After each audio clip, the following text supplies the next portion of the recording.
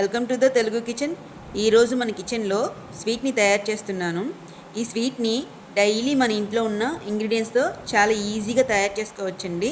ఈ స్వీట్ని మేము పప్పు హల్వా అని అంటామండి. ఇప్పుడు ఈ స్వీట్ని ఎలా తయారు చేసుకోవాలో చూద్దాం రండి. ఫస్ట్ స్టవ్ ఆన్ చేసుకొని కుక్కర్ పెట్టుకోవాలి. ఈ కుక్కర్లో 1 కప్పు రెడ్ కందిపప్పు వేసుకోవాలి. పప్పు వేసుకున్న తర్వాత మంటని మీడియం ఫ్లేమ్లో పెట్టి ఈ పప్పుకి ఎల్లో కలర్ వచ్చేంత వరకు ఫ్రై చేసుకోవాలి. చూడండి, పప్పు ఇక్కడ ఎల్లో కలర్లో వచ్చింది కదా, ఈ విధంగా ఫ్రై చేసుకోవాలి. ఇలా ఫ్రై చేసుకున్న తర్వాత ఏ కప్పుతో మనం పప్పు వేసుకున్నామో అదే కప్పుతో 2 కప్పులు వాటర్ వేసుకోవాలి. తరువాత కుక్కర్ పైన మూత పెట్టుకుని 2 విజిల్స్ వచ్చేంత వరకు ఉడికించుకోవాలి.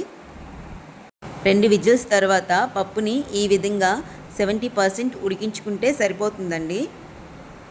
వీడియోలో చూపిస్తున్నట్లు పప్పు కొంచెం ఉబ్బేటట్లు ఈ విధంగా ఉడికించుకోవాలండి. నెక్స్ట్ స్టవ్ ఆన్ చేసుకొని ఒక ప్యాన్ పెట్టుకోవాలి. ఇందులో 1 స్పూన్ నెయ్యి వేసుకొని మనం ఏ కప్పుతో పప్పు వేసుకున్నామో ఆ కప్పులో సగం గోధుమ రవ్వని వేసుకోవాలి. ఈ గోధుమ రవ్వకి లైట్గా బ్రౌన్ కలర్ వచ్చేంత వరకు ఫ్రై చేసుకోవాలి. ఇలా ఫ్రై చేసుకున్న తర్వాత మనం ఏ కప్పుతో గోధుమ రవ్వ వేసుకున్నామో ఆ కప్పులో సగం ఎండి కొబ్బరి తురుముని వేసుకోవాలి. మన దగ్గర ఎండి కొబ్బరి తురుము లేకపోతే పచ్చి కొబ్బరి తురుముని ఫస్ట్ ప్యాన్లో కొంచెం నెయ్యి వేసుకుని ఫ్రై చేసుకున్న తర్వాత ఇందులో వేసుకోవాలి. రవ్వని ఫ్రై చేసుకున్న తర్వాత మనం ఫస్ట్ ఉడకబెట్టుకున్న పప్పుని ఇందులో వేసుకోవాలి. పప్పు వేసుకున్న తర్వాత ఈ పప్పు గోధుమ రవ్వ కలిసేటట్లు బాగా కలుపుకోవాలి. ఇలా కలుపుకున్న తర్వాత మనం ఏ కప్పుతో పప్పు వేసుకున్నామో అదే కప్పుతో 2 కప్పులు పంచదార వేసుకోవాలి. పంచదార వేసుకున్న తర్వాత మంటని మీడియం ఫ్లేమ్లో పెట్టి పంచదార అంతా కలిసేటట్లు ఈ విధంగా కలుపుకోవాలి. తర్వాత మనం ఏ కప్పుతో పప్పును కొలుసుకున్నామో అదే కప్పుతో 2 కప్పులు వాటర్ వేసుకోవాలి.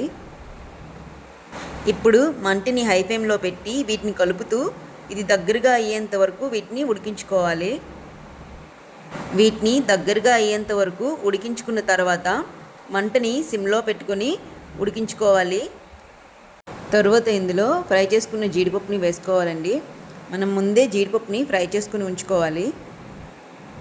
స్టవ్ ఆన్ చేసుకొని ప్యాన్ పెట్టుకొని స్పూన్ నెయ్యి వేసుకోవాలి. నెయ్యి కొంచెం హీట్ ఎక్కిన తర్వాత మనం ఏ కప్పుతో కొబ్బరి తురుము వేసుకున్నామో అదే కప్పుతో కప్పుడు జీడిపప్పు వేసుకొని ఈ విధంగా ఫ్రై చేసుకోవాలి. ఇలా ఫ్రై చేసుకున్న జీడిపప్పుని మనం సిమ్లో పెట్టి ఉడికించుకుంటున్న పప్పు హల్వాలో వేసుకొని ఈ విధంగా కలుపుకోవాలి. ఇలా కలుపుకున్న తర్వాత ఇందులో 4 స్పూన్ల నెయ్యి వేసుకోవాలి. నెయ్యి వేసుకున్న తర్వాత మంటని సిమ్లో పెట్టి 5 నిమిషాలు వీటిని కలుపుతూ ఉడికించుకోవాలి. ఇందులో మనం వేసుకున్న నెయ్యి ఆ హల్వాకి బాగా పట్టేటట్లు ఉడికించుకున్న తర్వాత 1/2 టీ స్పూన్ ఇలాచీ పౌడర్ వేసుకుని ఈ విధంగా కలుపుకున్నామంటే పప్పు హల్వా రెడీ అయిపోయిందండి. ఈ పప్పు హల్వా రెసిపీ మీకు నచ్చినట్లయితే ప్లీజ్ లైక్ చేయండి, షేర్ చేయండి, సబ్స్క్రైబ్ చేయండి. అలాగే పక్కనే ఉన్న బెల్ ఐకాన్ని క్లిక్ చేయండి. ఈ పప్పు హల్వా రెసిపీని ఒక్కసారి ఈ విధంగా ట్రై చేసుకొని తిన్నారంటే మనకి ఎప్పుడు స్వీట్ తినాలనిపించినా అమ్మాయిలైనా అబ్బాయిలైనా చాలా ఈజీగా 5 నిమిషాల్లో తయారు చేసుకొని తినేస్తారండి. అంత టేస్టీగా ఉంటుంది. మీలో ఎవరైనా ఈ రెసిపీని ట్రై చేస్తే ఎలా వచ్చిందో ఒకసారి కామెంట్ చేయండి. మనందరికీ చాలా నోరూరించే ఇంకో కొత్త రెసిపీతో వచ్చేస్తా. Bye bye.